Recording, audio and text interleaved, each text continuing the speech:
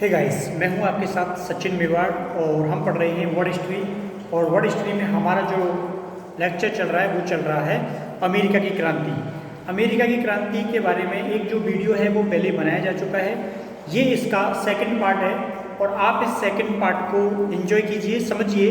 इससे पहले का जो वीडियो है हमने अमेरिका की प्रारंभिक स्थिति के बारे में उसमें चर्चा की थी। आज हम इस लेक्चर में उस क्रांति के कारणों के बारे में अध्ययन करेंगे। तो बड़े आराम से आप इस लेक्चर को सुनिए। देखिए, आज आपको जानना है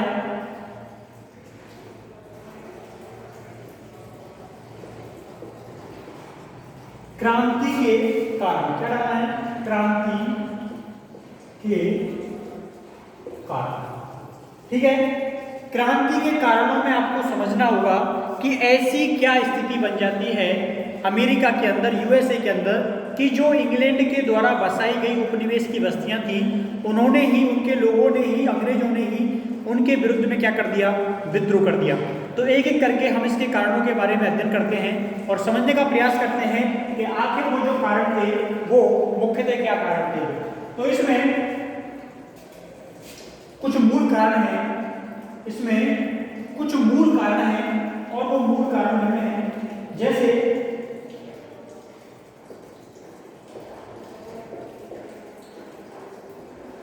उपनिवेश बस्तियों में रहने वाले लोग, उपनिवेश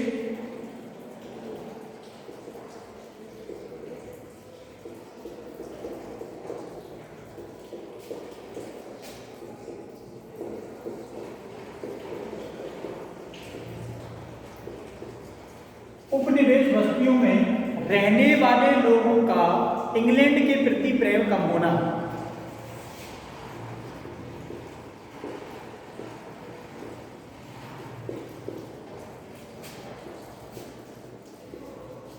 इंग्लैंड के प्रति प्रेम कम होना सबसे पहला कारण यही माना जाता है, क्योंकि जिन लोगों को अमेरिका ने उपनिवेश के दौरान, अमेरिका में इंग्लैंड ने उपनिवेश के दौरान जिन लोगों को अमेरिका में बसाया था, उपनिवेश की बस्तियों में बसाया था, उन लोगों का उनके प्रति प्रेम जो है वो काफ़ी कम मात्रा में था। उसके पीछे कारण क्या है? उसके पीछे कारण यह है कि इंग्लैंड की जेलों में बंद बहुत सारे कैदी जो हैं वो उपनिवेश के रूप में उनको अमेरिका भेज दिया गया था। वहाँ के जो न्यायालय थे, कोर्ट थे, उनको प्रमोट किया गया कि तुम जो यहाँ के कैदी हैं उनसे जब वो सजा कंप्लीट कर लें या फिर उनको बाहर निकालने का जो प्रावधान है उनको अमेरिका क्या कीजिए? शिफ्ट कर दीजिए उपनिवेश की बस्तियों में। जब ऐसे लोगों को उन राष्ट्र से बाहर निकाल दिया गया तो उन लोगों के प्रति, अमेरिका के प्रति जो भावना थी वो सकारात्मक रहती है, लेकिन उन जिस देश को छोड़कर आए थे, यानी कि इंग्लैंड से वो आए थे, उसके प्रति उनके अंदर सहानुभूति जो होती है वो कम हो जाती है। ये बात सही है कि उपनिवेश में रहने वाले जो लोग थे उसमें लगभग 90% लोग जो थे वो अंग्रेज थे, लेकिन वो जो अंग्रेज थे वो विभिन्न राष्ट्रों से आए हुए अंग्रेज थे। उसमें केवल इंग्लैंड से ही नहीं, विभिन्न देशों से, फ्रांस, जर्मनी से भी कुछ अंग्रेज जो है वो आए थे। इसके अलावा वो जो अंग्रेज थे वो ये चाहते थे कि हमें यहाँ आकर धार्मिक आज़ादी मिले, स्वतंत्रता मिले, हमें उस जीवन यापन को नहीं बिताना है जो हम पहले उस राष्ट्र में बिता रहे थे। तो यहाँ अमेरिका के अंदर, इस उपनिवेश के अंदर हम अपनी नई संभावनाओं को जन्म देंगे, अपने नए सपनों को बुनेंगे और एक नए राष्ट्र का क्या करेंगे? निर्माण करेंगे। तो ऐसी उनके अंदर की जो मानसिक स्थिति है वो बन चुकी थी। उसमें उनके अंदर इंग्लैंड के प्रति जरा भी सहानुभूति नहीं थी और उनके जो होने वाली संतानें हैं उनके अंदर तो बिल्कुल नहीं। वो अमेरिका को ही अपना राष्ट्र समझते थे, अमेरिका को ही अपनी मातृभूमि समझते थे। जब उनके ऊपर ब्रिटेन ने उनसे ये उम्मीद की कि आप हमें जो वित्तीय लाभ है वो पहुंचाइए, आप हमें धन दौलत से संबंधित जितने भी खरीद फरोख्त हैं वो केवल इंग्लैंड के साथ हों, तो उन्हें ऐसा महसूस होने लगा कि जो इंग्लैंड है वो अमेरिका को नियंत्रण में करना चाहता है और उपनिवेश के बहाने हम लोगों को भी नियंत्रण में रखना चाहता है, जो कि उसके लिए ये लोग बिल्कुल तैयार नहीं थे। इसीलिए इसके प्रथम कारणों में यही कारण माना जाता है कि उपनिवेश बस्तियों में रहने वाले जो लोग थे वो इंग्लैंड के प्रति इतने ज़्यादा सहानुभूति नहीं रखते थे। ठीक है, उनकी सहानुभूति जो है वो इंग्लैंड के प्रति क्या हो गई थी, कम हो गई थी। ये होता है, स्वाभाविक है। आप किसी नई जगह जाकर रहे हैं और वहाँ आप 10-20 साल रह लें तो निश्चित ही आपको उस जगह के प्रति जो सहानुभूति है वो क्या हो जाती है, उत्पन्न हो जाती है। ठीक है, चलिए दूसरा पॉइंट देखते हैं। दूसरा पॉइंट जो है वो दूसरा पॉइंट होता है चारित्रिक विविधता।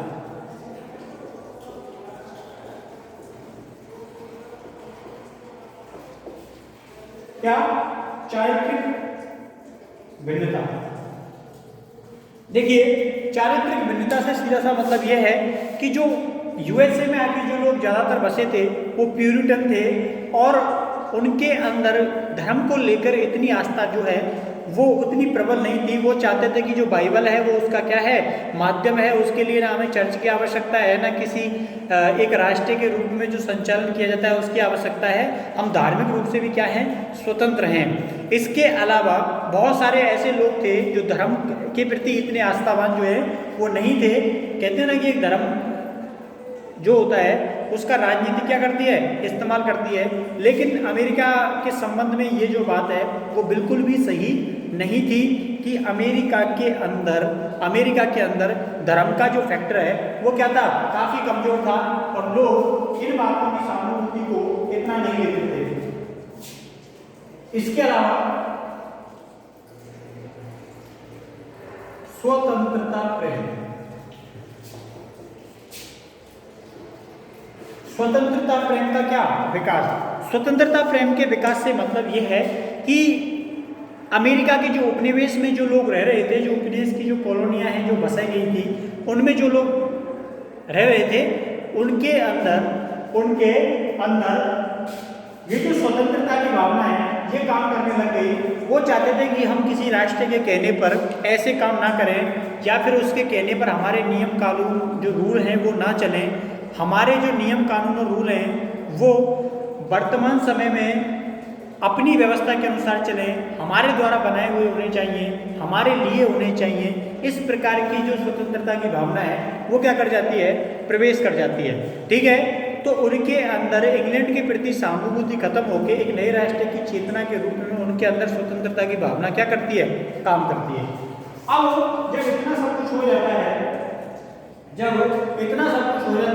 तो उसमें कुछ और भी चीजें शामिल होती हैं।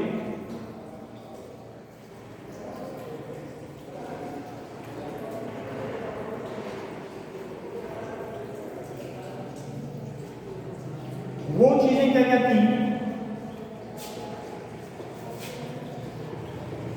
एक होता है उसमें दोषपूर्ण शासन। अब देखिए, दोषपूर्ण शासन का मतलब क्या होता है? ऐसा था कि जो व्यवस्था थी उसको 3 भागों में डिवाइड किया हुआ था। 3 भागों में डिवाइड करने का मतलब यह था कि जो प्रथम पायदान पर बैठा था वो था गवर्नर। एक गवर्नर की कार्यकारिणी थी और एक जो थी वो विधायिका थी। ठीक है, अब यहाँ पर जो सिस्टम था वो बिल्कुल उल्टा पुल्टा था। जो गवर्नर था वो इंग्लैंड की जो सत्ता है उसके अधीन था, यानी कि इंग्लैंड के शासन के अधीन था। लेकिन यहाँ की जो विधायिका है ये लोकल जो लोग थे उनकी थी और इनके अधिकार जो थे वो अक्सर आपस में टकराते रहते थे और दोनों के मध्य में जो विवाद है वो बना रहता था। जैसे मैं उदाहरण दूं, जो विधायिका है ये क्या है, इसके जो पेमेंट है, इसका जो वेतन है, इसमें क्या कर सकती थी, कटौती कर सकती थी। देखिए, ये अमेरिका, इसके भी ये गवर्नर हो गया, इसके नीचे कार्यकारिणी हो गई और इसके नीचे विधायिका हो गई। ठीक है, तो इस प्रकार की त्रिस्तरीय व्यवस्था जो है उस समय इंग्लैंड में थी। अब इसमें जो गवर्नर था ये जो था वो किसके अधीन था, ये ब्रिटेन की सत्ता के अधीन था। लेकिन ये जो विधायिका है इसके पास कुछ ऐसे अधिकार थे जो गवर्नर को नियंत्रण में ला सकते थे। कैसे अधिकार थे?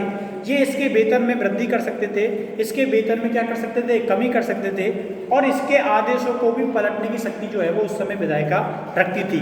इस बात से जो ब्रिटेन की जो सत्ता है वो काफ़ी चिढ़ती थी, क्योंकि न्यायाधीश जैसे पदों पर, गवर्नर जैसे पदों पर ऐसे जो लोग आते थे उनको जब उनके निर्णयों को पलट दिया जाता था तो उनको ऐसा महसूस होता था कि देखो हमारे यहाँ पर कोई इज्जत ही नहीं है, इसलिए इस पद पर काम करना वो पसंद नहीं करते थे और अपने राष्ट्र लौट जाना ज़्यादा बेहतर समझते थे। इसलिए इन दोनों के बीच का जो गतिरोध है वो लगातार चलता रहता था, क्योंकि गवर्नर को काम करना पड़ता था ब्रिटेन की सत्ता के अधीन और विधायिका ऐसा चाहती नहीं थी। ठीक है, समझ में आ गया ना कि दोस्तपुर शासन क्या था। अब देखिए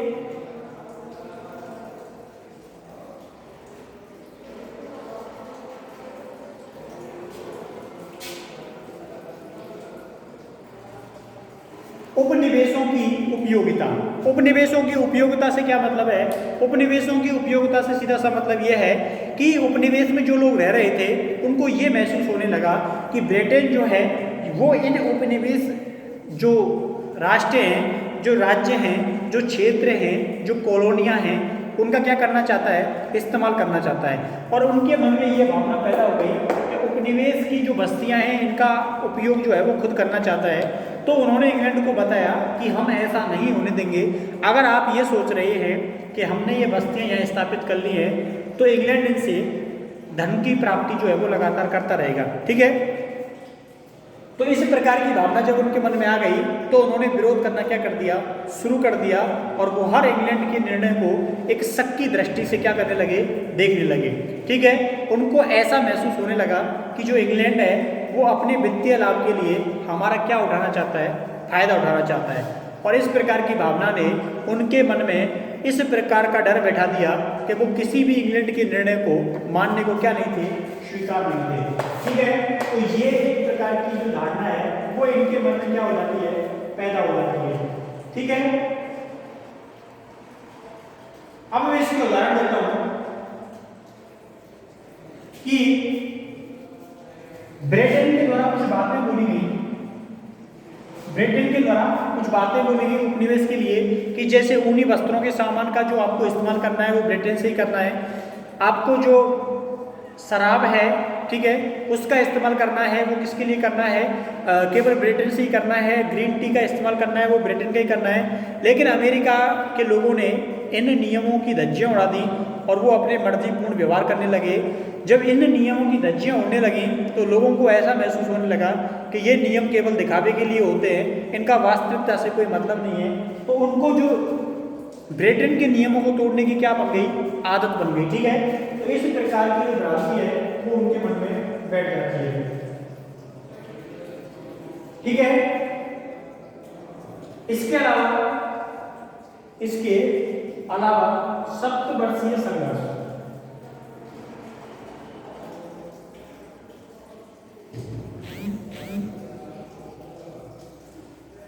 अंग्रेजों और फ्रांसीसियों में 1757 से लेके और 1763 के मध्य में सप्तवर्षीय संघर्ष की क्या हो जाती है? शुरुआत हो जाती है। और इस सप्तवर्षीय संघर्ष में उन दोनों के मध्य अमेरिका के उपनिवेश की वस्तुओं को लेकर संघर्ष होना था। क्या होना था? संघर्ष होना था, क्योंकि दोनों अपने प्रभाव को जमाने के लिए उन क्षेत्रों में आतुर थे। और जब दोनों के मध्य मतभेद बढ़े तो वो मतभेद सप्तवर्षीय संघर्ष में बदल गए, जो कि 1757 से लेके और 1763 तक चलता रहा।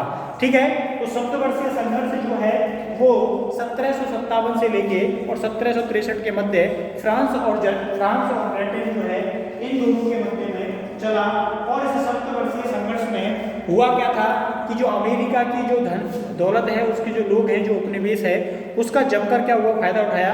तो लोगों के मन में धारणा बैठ गई कि हमारा जो है क्या किया जा रहा है? दुरुपयोग किया जा रहा है। और इस दुरुपयोग से उनके मन में जो संशय की भावना है वो उत्पन्न हो गई, क्योंकि पहले इंग्लैंड ने यह कहा था कि फ्रांस जो है वो अमेरिका के ऊपर अधिकार करना चाहता है। लेकिन जब इंग्लैंड ने ही कनाडा के ऊपर अधिकार कर लिया तो उनको मन में बैठ गया कि जो पहले फ्रांस का डर था वो उनके मन से निकल जाता है और वो इंग्लैंड के विरुद्ध जो है अपना विरोध क्या कर देते हैं? प्रबल कर देते हैं। तो ये इसके महत्वपूर्ण कारणों में से एक थे जो मैंने आपको बताने के प्रयास किए हैं, जो मैंने आपको समझाने का प्रयास किया है।